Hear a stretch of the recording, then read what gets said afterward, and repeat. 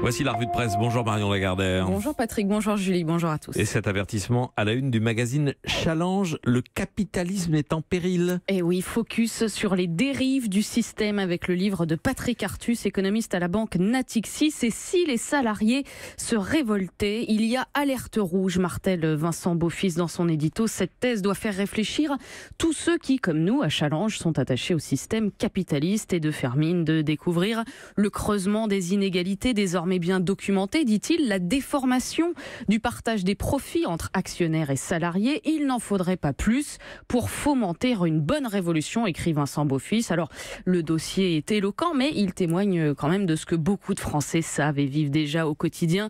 La précarisation des emplois de service qui augmente, l'immobilier de plus en plus cher, qui pousse les jeunes, dit le magazine, à s'endetter longtemps et à mobiliser une part plus importante de leur budget. Effectivement, à 9 000 € le mètre carré à Paris, il n'y a pas beaucoup de jeunes, ni de vieux d'ailleurs, qui peuvent s'endetter. Et puis en parallèle, la rémunération du capital affiche une forme insolente, c'est toujours Challenge qui le dit, via les dividendes et rachats d'actions. Résultat, c'est toujours plus pour les actionnaires. Trêve de pseudo-flagellation, on l'a compris, le dossier de Challenge n'est pas un plaidoyer communiste, il dit simplement que le capital est en péril parce qu'il se porte très bien et qu'éventuellement, ceux à qui on a parlé d'un ruissellement qui n'arrive pas pourraient s'en rendre compte.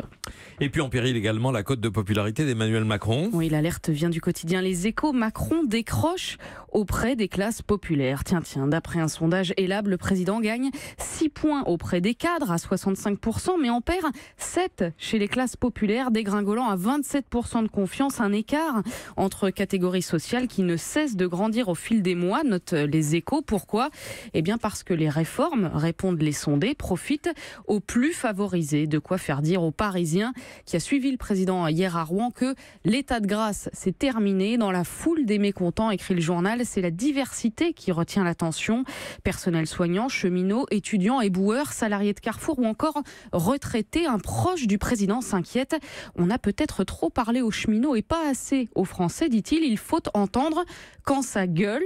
Oui, ça gueule. On retrouve du coup toujours les mêmes arguments. Si ça gueule, eh bien ça n'est pas pour des raisons valables, c'est parce que le Français n'a pas bien compris. Au milieu de tout ça, on en aurait presque oublié le plan autisme qui était l'objet du déplacement présidentiel hier. Et c'est en une de Ouest France, La Croix et Libération. Libération qui, une fois n'est pas coutume, salue les annonces d'Emmanuel Macron. Un plan ambitieux avec une logique forte, l'inclusion dans la société. Et il est grand temps, depuis des années, rappelle Éric Favreau.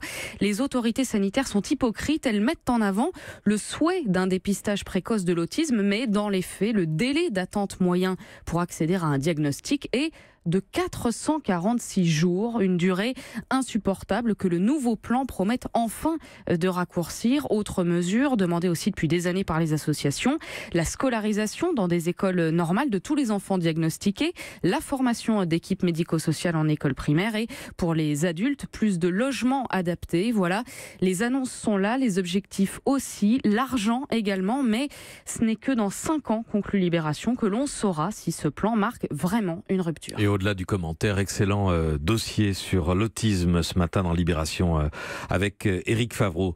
Dans vos journaux aussi ce matin, les bonnes nouvelles viennent du domaine de la santé. Oui, par exemple en une d'aujourd'hui en France, Parkinson, un nouvel espoir pour les malades. Un vaccin révolutionnaire est testé, nous dit le journal. La méthode, c'est l'immunothérapie, explique le professeur Damier, neurologue à l'hôpital de Nantes. Ça consiste à renforcer le système immunitaire du patient, ralentir le processus dégénératif, voire le stopper si l'on agit dès le début de la maladie. Autant dire un espoir immense pour les 200 000 personnes qui souffrent de Parkinson en France. Autre note d'espoir, cette fois dans VSD, enquête sur les bactériophages, ces virus mangeurs de bactéries que l'on injecte directement dans l'os ou l'articulation infectée.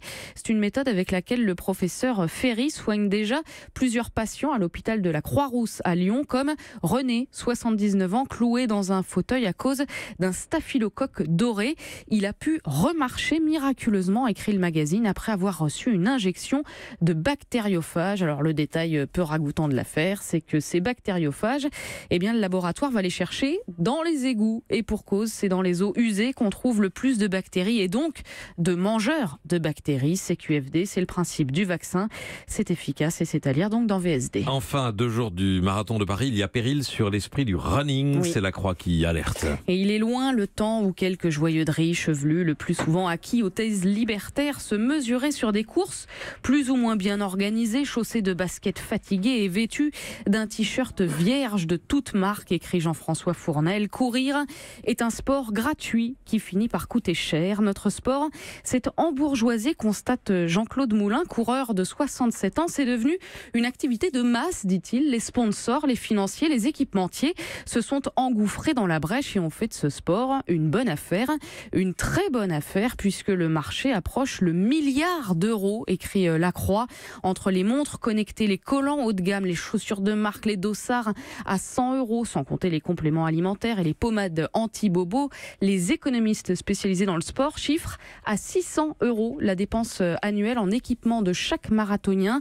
La course est devenue un sport de riches, résume Pascal Sylvestre, auteur du site runner.fr. Il y a trop d'argent en jeu, mais bon, à la fin, conclut-il, quelle que soit la somme qu'on met dedans, les 42 km sont toujours aussi durs, comme quoi ça fait au moins un point commun entre le capitaliste en péril et le salarié en révolte, l'égalité et le partage de la souffrance par le marathon. Merci à vous. C'était Marion Lagardère pour la revue de presse. Europe 1.